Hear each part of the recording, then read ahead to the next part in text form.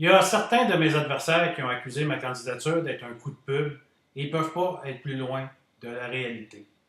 En toute honnêteté, on cherchait une manière originale de couvrir les élections sur un golsoir. Une recherchiste a amené l'idée que je me présente aux élections. L'idée a été rejetée par l'équipe. La raison? Trop à perdre, rien à gagner. J'ai pas besoin de visibilité et j'ai rien à vendre. C'est moi qui ai insisté pour me présenter malgré un horaire déjà surchargé. On m'a expliqué que je ne pourrais pas m'en servir dans un gars soir et que je serais laissé à moi-même. J'ai décidé de quand même le faire. Il fallait que je le fasse. Je me sentais responsable face à tous les cyniques dont je fais partie de leur donner la parole. Me faire reprocher ma candidature comme étant un coup de pub par des gens qui ont une pancarte électorale aux 10 pieds sur tout le territoire, qui achètent de la pub dans tous les hebdos et les quotidiens, qui mettent des pamphlets dans les boîtes à mal, qui sont présents dans tous les événements qui peuvent leur donner un peu de visibilité, je trouve ça un peu ironique. Pour que ça soit un coup de pub, il faut avoir de quoi à vendre, et malheureusement pour mes adversaires, j'ai rien à vendre. Un gars le soir, ça ne viendra pas affecter les codes d'écoute qui sont déjà très bonnes. Mon gars-là, juste pour rire, est déjà celui qui se vend le plus. Et on a arrêté à guichet fermé de toute façon. Et moi, la vente de billets, ça me donne absolument rien. Même pour l'Olivier de l'année, qui ne rapporte rien monétairement à celui qui l'emporte, quand je me suis inscrit dans la campagne, je ne savais même pas que je ferais partie des nominations.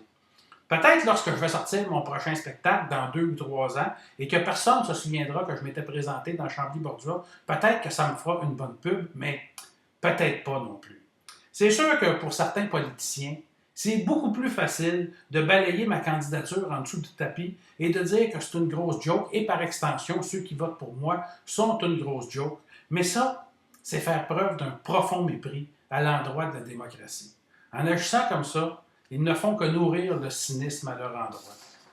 C'est quand même quelque chose. Hein? Je dis aux gens que voter pour moi, ça ne leur apportera absolument rien, sauf de pouvoir protester. Et selon un sondage, je récolte 15% des intentions de vote. Moi, si j'étais un politicien, ça me ferait réfléchir. La journée où j'ai pris la décision de me présenter, j'ai écrit cette pensée sur ma page Facebook. Tout, ton argent, ta notoriété, ta santé, ta famille, ta liberté, ta vie, on peut te l'enlever. Mais ce que tu as fait de ta vie, ça, personne ne pourra te l'enlever. Moi, j'ai beaucoup de respect pour mes adversaires, mais malheureusement, ce respect ne semble pas être partagé par tous mes adversaires. Je comprends que je dérange, je comprends qu'ils ne m'aiment pas, mais ça tombe bien, je suis habitué, moi, que les gens ne m'aiment pas. Mais c'est clairement une atteinte à ma réputation de dire que les motivations de ma candidature, c'est de faire un coup de pub.